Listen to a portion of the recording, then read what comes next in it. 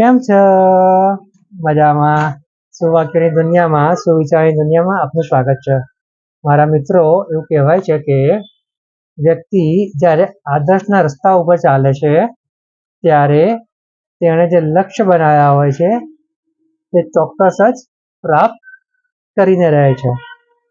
આ જ વાતને સુવિચાર તરીકે શ્રી જયંત અલન સાહેબે ખૂબ જ સરસ રીતે લખ્યું છે. આજનો જે સુવિચાર છે તેનો વિષય છે આદર્શવાદ.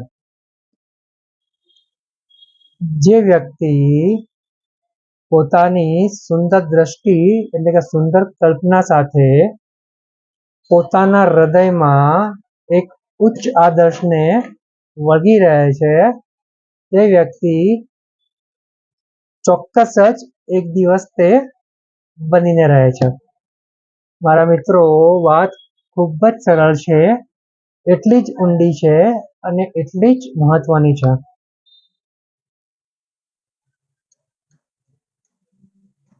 આપણે બધા જ જાણીએ છીએ કે આદર્શવાદ એટલે કે આદર્શ આપણા ચારિત્રને નિખારે છે. આદર્શ થકી જ આપણું ચારિત્ર વધારે ઉજ્જવળ બને છે, ચમકે છે. એટલે જે વ્યક્તિ એક સુંદર કલ્પના કરે છે, એક વિઝન બનાવે છે અને તે વિઝનને પ્રાપ્ત કરવા માટે પોતાના આદર્શોને વળગી રહે છે, એટલે કે સાચા રસ્તાને અપનાવે છે, ખોટા અને ટૂંકા રસ્તા ઉપર ચાલતો નથી. ભલે તેને ગમે તેટલી કષ્ટ પડે, ગમે તેટલી તકલીફ પડે, છતાં પણ પોતાના આદર્શોને વળગીને સારા અને સાચા રસ્તા ઉપર આગળ વધતો રહે છે. તે વ્યક્તિ ચોક્કસ જ એક દિવસ તે કલ્પનાને સાકાર કરીને રહે છે.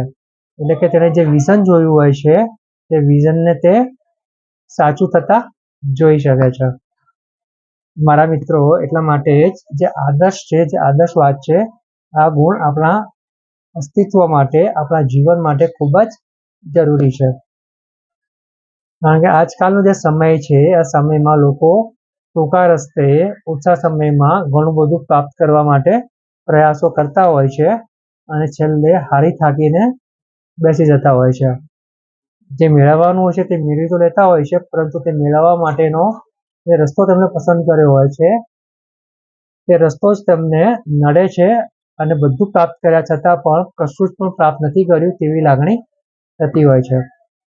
એટલે મારા મિત્રો, અહીંયા જે વાત છે આદર્શવાદની, તે આદર્શવાદની વાત એવી છે કે આપણે જે કંઈ બનવું છે, આપણે જે કંઈ વિઝન જોયું છે તે વિઝન સાચા દિલથી જોઈને તે વિઝનને પૂરું કરવા માટે સારામાં સારી, સાચામાં સાચી રીત અપનાવીને, એટલે કે આદર્શના રસ્તે ચાલીને આપણે ચોક્કસ જ જે વિઝન છે, જે દ્રષ્ટિ છે તેને પામી શકીએ છીએ. અને આના દ્વારા ના ફક્ત આપણે આપણું, પરંતુ આપણી સાથે જોડાયેલા ઘણા બધા લોકોનું જીવન વધારે સારું બનાવી શકીએ છીએ. Thank you.